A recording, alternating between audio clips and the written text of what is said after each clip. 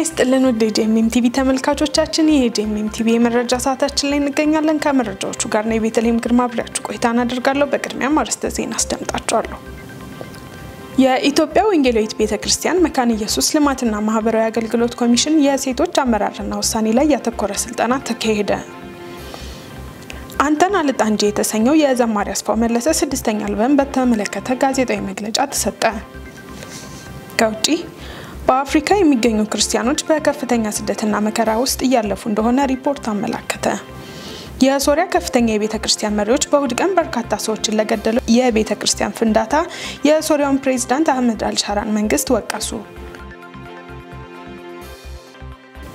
የተወደዳችሁ ተመልካቾቻችን እንድትከታተሉን እየጋበዝኩ ወደ ዝርዝር ዜናዎቹ አልፋለሁ የኢትዮጵያ ወንጌላዊት ቤተክርስቲያን መካነ ኢየሱስ ልማትና የማህበራዊ አገልግሎት ኮሚሽን የሴቶች አመራርና ውሳኔ ላይ ያተኮረ ስልጠና ተሰጠ ከጁን 27 እስከ 28 2025 በጉዲና ቱምሳ ሁለንተናዊ ማሰልጠኛ ማዕከል በተሰጠው ስልጠና ላይ 60 ሰዎች የተሳተፉም ሲሆን ከነዚህ መካከል 27 ሴቶች መሆናቸው ታውቋል ስልጠናው ሴቶችን በአመራርና በውሳኔ ሰጭነት በተለምዶ ያላቸውን ተሳትፎ የሚገድቡ መሰናክሎችን መፍታት ላይ ያተኮረ መሆኑም ተገልጿል በስልጠናው ከኢትዮጵያ ወንጌላዊት ቤተክርስቲያን መካነ ኢየሱስ ዋና ጽፈት ቤት ጀምሮ ከሌሎች አካባቢዎች የመጡ የቅርንጫፍ ቢሮዎች ዋና ሰራተኞችንም አሳትፈዋል የስልጠናው ዓላማ የሴቶችን በአመራር ላይ ያላቸው ሚናዎችና ቁልፍ የውሳኔ አሰጣጥ ሂደቶች ላይ ንቃት ለመፍጠርና ለመደገፍ እንዲሁም መሪዎችን ለማጠናከርና ለማስታጠቅ መሆኑም ተነግሯል መረጃው የኢትዮጵያ ወንጌላዊት ቤተክርስቲያን መካነ ኢየሱስ ልማትና ማህበራዊ አገልግሎት ኮሚሽን ነው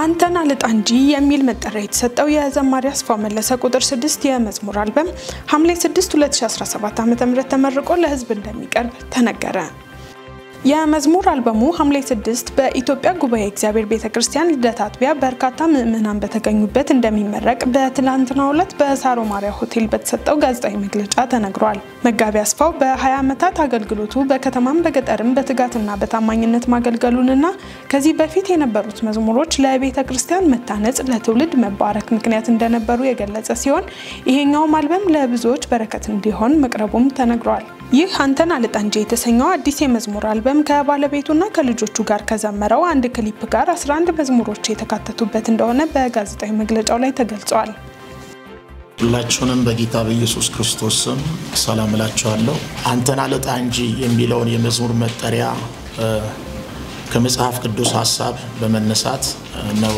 ይሄንን ሐሳብ ወይም ይሄንን መዝሙር ልጽፍ የቻልኩት ጠቅለል ባለ ሐሳብ በተለይ የማቴዎስ ወንጌል ላይ ምዕራፍ 6:33 ላይ ያለውን ሐሳብ ነገር ግን አስቀድማችሁ የእግዚአብሔርን መንግስት ጽድቁንም ፈልጉ ይሁሉ ይጨመርላችኋል የሚለውን ሐሳብ ላይ በመነሳት ነው ይሄንን የመዝሙር መጠሪያ አልበምን ልጽፍ የቻልኩት ከ20 ዓመታት በላይ ጌታን ሳገለግል ብዙ ነገር በህይወቴ ላይ አይቻለሁ ማግኘትንም አይቻለሁ ማጣትንም አይቻለሁ በማግኘትም በማጣት ውስጥም በእነዚህ ሁሉ መካከል አንድም ቀን ያላጣሁት ጌታን ስለሆነ ከዚህ ሐሳብ በመነሳት ነው አንተን አልጣንጂ የሚለውን ሐሳብ ለማንሳት የፈለኩት ጌታ የተመሰገነ ይሁን ክብር ለእግዚአብሔር ይሁን ስለዚህ መሰባሰብ መጋቢ ዘማሪ አስፋው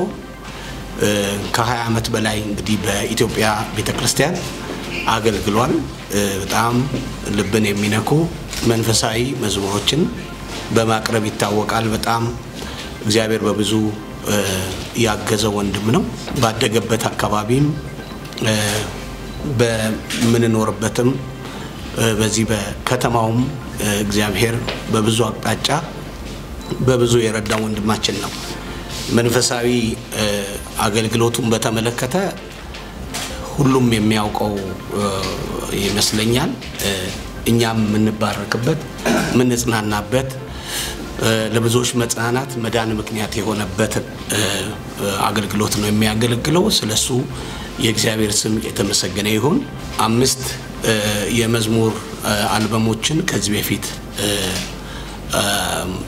ለኛ ሰጥቶናል ለቅዱሳን እንደገናም ደግሞ በልዩ ትምም ያዘጋጀው መዝሙር ቀርቦልናል በዚያ ብዙዎች ተጽናንተዋል እግዚአብሔር ስሙ የተመሰገነ ይሁን አሁንም ደግሞ ይሄን 6ኛውን አልበም ደግሞ የፊታችን ሐምሌ 6 በልደታ አሴምብልስ ኦፍ ጋድ ቤተክርስቲያን ይሄንን ለህዝብ ይቀርባል። ያንን ትላንትና የተጽናናንበትን ሌሎችም የተጽናኑበትን እንደገናም አሁን ደግሞ የምንጽናናበትንና እግዚአብሔርን የምናመሰግንበትን እግዚአብሔር አንድ ድል ደግሞ በዝማሬ ሰጥቶናል። ክብሩን እሱ ይውሰድ እና በዚያ መጣችሁ እንድትካፈሉ ሌሎችም ይሄንን መዝሙር በሚዘጋጀው ፕላትፎርም በመጠቀም መንፈሳዊ ሕይወታችሁን እንድትመግቡ ደግሞም ከጌታ ጋራ የምትገናኙበት የምትጸልዩበት እንዲሆን ለበረከት ቀርቧል። እንግዲህ ይሄን ይመስላል። የመጣሁትን ወንድሜን አስፋው እንደው አክብሬ ነው መዝሙሮቹንም ስለማቅ የሱንም ሁኔታ ስለማቅ ነውና እንግዲህ በእለቱ ልደታ ባለው ግባ እግዚአብሔር ቤተክርስቲያን ተገኝታችሁ መዝሙርን አምልኮንም በጋራ ሁላችንም እንድንካፈል እኔም ጥሬን አስተላልፋለሁ። ተፈቅዷልን በሚል ርዕስ በዶክተር ታምሬ ገብረ ጊዮርጊስ የተጻፈው መጽሐፍ ተመርቆ ለንባብ በቃ። ዝርዝሩን ሃሌሉያ ቢነም እንደሚከተለው ታቀርብልናለች። የዮፍታሔ ኢንተርናሽናል ቴዎሎጂካል ኮሌጅ አካዳሚ ዲን የሆኑት ዶክተር ታምሬ ገብረ ጊዮርጊስ ተጽፎ የተዘጋጀው ተፈቅዶልናል የተሰኘ ርዕስ የተሰጠው ይህ መጽሐፍ የጸሐፊው ቤተሰቦችና ወዳጆች አገልጋዮችና ጥሪ የተደረገላቸው እንግዶች በተገኙበት በአየር ጤና ተስፋ ድርጅት አዳራሽ ተመርቋል። የመረቃ ስነ ስርዓቱም በጸሎትና በዝማሬ አምልኮ ጅማሮውን ያደረገ ሲሆን በወንድሙ ደረጀ በላይነህ የመጽሐፍ ቅኝት ተደርጓል። በዚህ ዘመን በስውርም ሆነ በግልጽ ያለውን ከመጠጥ ጋር የተቆራኘና የአማኙ በተለይ የአገልጋዮች ሕይወትን በድፍረት የገለጠ መጽሐፍ ሆኖ አግኝቻለሁ በማለት ቅዱሳን አግኝተውት እንዲጠቀሙትም አሳስቧል። ቀጥሎም የዶክተር ታምሬ ልጅ የሆነችው ገጣሚ ሴሊሆም ታምሬ ባስተላለፈችው መልእክት አባቴ በመልካም ስብዕና የተሞላና ምሳሌ የሆነ አባት ነው። ማስተማሪያና ማንቂያ ይሆን ዘንድ ተፈቅዶልናል የተሰኘው መጽሐፍ ዝምታውን ሰብሮ በዚህ ዘመን ላለው አማኝ አገልጋዮች በመጽሐፉ ደስታዬ ወደር የለውም ስትል ተናግራለች። የሪቨር ኦፍ ላይፍ አገልጋይ የሆነው ወንጌላዊ በእውነቱ ለማ ሃናንያ የመጽሐፍ ቅዱስ ኮሌጅ በመወከል ባስተላለፈው መልእክት ዶክተር ታምሬ በብዙ መንፈሳዊና የትምህርት ዝግጅት የተሞላ የቤተክርስቲያን አገልጋዮች በእግዚአብሔር ቃል የታነጹ እንዲሆኑ ዕውቀቱን ሳይሰስት የሚለግስ የተወደደ አባት ነው። ይህን ወቅታዊ መጽሐፍ ስላበረከተልን ደስ ብሎናል በማለት ረጅም ዕድሜ ተመኝቷል። በመጨረሻም በመጋቢ ግርባ አማካኝነት ጸሎት ተደርጎ በ3 ምዕራፎች ተከፋፍሎ በ7 ገጾች የተዋቀረው ተፈቅዶልናል መጽሐፍ በይፋ ተመርቆ ለቅዱሳን ቀርቧል። ዶክተር ታምሬ ገብረ ጊዮርጊስና ልጃቸው ሴሊሆም ታምሬ በመጽሐፉ ዙሪያ የሚከተለውን አስተያየት ሰጥተዋል። ይሄ ተፈቅዷልን የሚለው መጽሐፍ እግዚአብሔር ረድቶኝ ለ8 ዓመት ብዙ ጥናት የተካሄደበት ሆኖ በጣም ገጹ አነስተኛ ነው፣ ግን ፓክድ የሆነ 4 ነገሮች የያዘ ነው። የመጀመሪያው ሳይንሳዊ የሆነ የአልኮል ምንነት ጠቀሜታውን የሚያሳይ ነው። እንደገና ደግሞ በሁለተኛ ደረጃ ከጠቀሜታው ያለፈ ጉዳቱን ደግሞ የሚያሳይ ነው። በሶስተኛ ደረጃ መፍትሄውንም ደግሞ የሚያሳይ ነው። ከዛ ውጪ ከዚህ ከሳይንሳዊ ነገር ያለፈ መንፈሳዊ ነገርንም በደንብ የሚመለከትና ወይን ለመጠጣት የተፈቀደልን ምን አይነት ወይን ነው? ፈርመንትድ የሆነ ነው ወይንስ ዲስቲል የሆነ ነው ወይንስ ምንም አይነት ወደ አልኮል ይዘት የሌለው ነው? የእግዚአብሔር ቃል በዚህ ምን ይመክረናል? ይሄን በመጠጣታችን ደግሞ ይሄን በመቅመሳችን የሚያስከትልብን ነገር ምንድነው?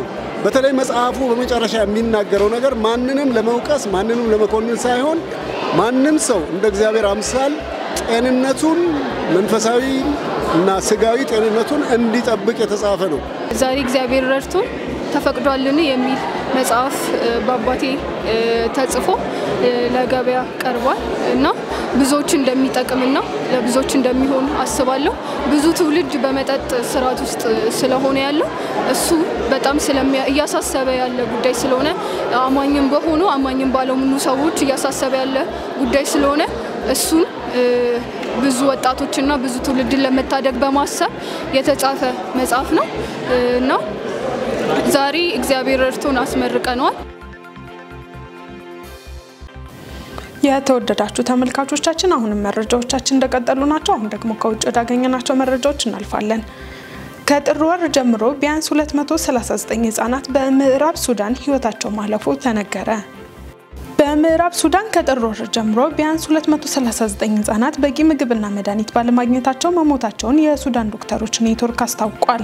የሲቪል ህክምና ድርጅቱ ባወጣው መግለጫ ከጥር እስከ ሰኔ መካከል ባለው ጊዜ ውስጥ የሰሜን ዳርፉር ግዛት ዋና ከተማ በሆነችው ኤልፋሸር ከተማ በተመጣጠነ ምግብ እጥረት ሳቢያ ህጻናት መሞታቸውንና የምግብና የህክምና አቅርቦቶች አሳሳቢ ደረጃ ላይ መድረሳቸውን ቡድናቸው መዝግቧል። በኤልፋሸር የህጻናት ምግብ መጋዘኖች ላይ የሚፈጸሙ ጥቃት ረሃብ እየጨመረ እንደሚሄድ አስጠንቅቋል። ኔትወርኩ በሚፈጸመው ጥቃት በጥልቅ ተጸጽቷል። ዓለም አቀፉ ማህበረሰብ በዳርፉር ልጆች ላይ ከአንድ ዓመት በላይ ከበባ ቢፈጸምም ቸልተኝነቱም ቀጥሏል ሲል በመግለጫው ገልጿል። ኤልፋሸርና አካባቢው በሰሜን ዳርፉር ግዛት የሚገኙ ካምፖች የምግብና የህክምና አቅርቦቶች ከሞላ ጎደል ሙሉ ለሙሉ መቅረታቸውና ለመሰረታዊ ፍላጎቶች የማይመች እየሆኑ እንደሚገኝ አስታውቋል። በአፍሪካ የሚገኙ ክርስቲያኖች በከፍተኛ ስደትና መከራ ውስጥ እያለፉ እንደሆነ ሪፖርት አመላክቷል። ዝርዝሩን ዳንኤል አንተነ ያቀርብልናል።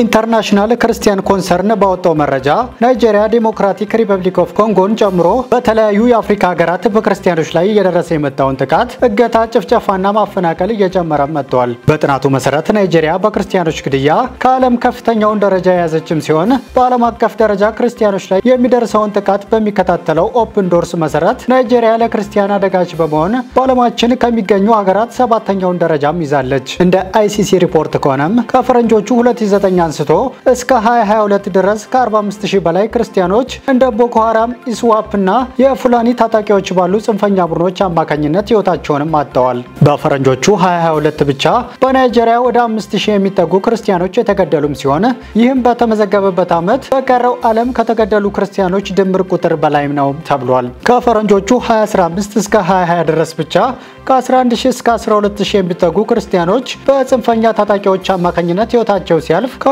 በላይ ቤተክርስቲያናትም ወድመዋል። በናይጄሪያ በ2023 ያመራ ለውጥ ቢደረግም ለጥቃት ተጋላጭ የሆኑ ክርስቲያኖችን ለመታደግ አለመቻሉን ሪፖርቱ ያስታወቀም ሲሆን አክሎም በዚህ ዓመት ከደረሱ ጥቃቶች መካከልም ሆሳና በተከበረበት እሁድ ዕለት በፉላኒ ጽንፈኞች በክርስቲያኖች ላይ የደረሰው ጥቃትም የሚታወስ ነው። በጥቃቱም ከ54 የሚያንሱ ክርስቲያኖች ህይወታቸውን ያጡም ሲሆን ከነዚህም መካከል ልጆችም ጭምር ይገኙበታል። በዲሞክራቲክ ሪፐብሊክ ኦፍ ኮንጎ በክርስቲያኖች ላይ የደረሰ የሚገኘው ጥቃትም ከጊዜ ወደ ጊዜ እያደገ የመጣም ሲሆን ለክርስቲያን አደጋጅ በመሆን በዓለም ከሚገኙ ሀገራት 41ኛ ደረጃ ላይ ትገኝ የነበረችው ኮንጎ በ2025 ደረጃዋን ወደ 35 ከፍ ማድረጓም ተነግሯል። ይህም እየሆነ ያለው በአላይድ ዲሞክራቲክ ፎረስት አማካኝነት በክርስቲያኖች ላይ የደረሰ ያለው ጥቃት እየጨመረ በመምጣቱ ነውም ተብሏል። በየካቲት ወር ሴቶችና ህጻናትን ጨምሮ 70 ክርስቲያኖች በቤተክርስቲያን የአምልኮ መርሃ ግብር ላይ ያሉ በአላይድ ዲሞክራቲክ ፎርስ ተቀልተው መገደላቸውንም ሪፖርቱ አንስቷል። ሪፖርቱ ለሚፈጽሙ ጥቃቶችና ግድያዎች ጽንፈኛ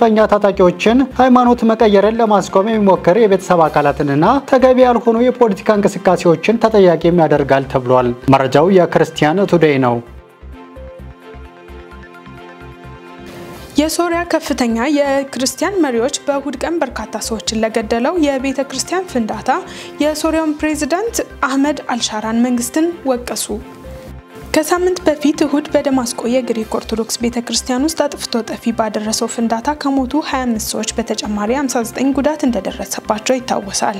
ጥቃቱ የቤተክርስቲያን መሪዎቹ በመንግስት ጥበቃ በሚሰጠው ዋስትና ላይ መተማመን አለመቻላቸውንና ያላቸውን ጥርጣሬ አጠናክሯል ተብሏል። በአንጾኪያ የግሪክ ኦርቶዶክስ ፓትርያርክ ጆን ያዚንጊ በቀብር ስነ ስርዓቱ ላይ በፍቅርና በአክብሮት ክቡር ፕሬዝዳንት ሀዘናቸውን ለመግለጽ ስልክ ደውለው እንደነበር ገልጸው ለስልክ ጥሪው አመስጋኞች ነን፣ ግን የተፈጠረው ወንጀል ከዚህ ይበልጣል ሲሉ ተናግረዋል።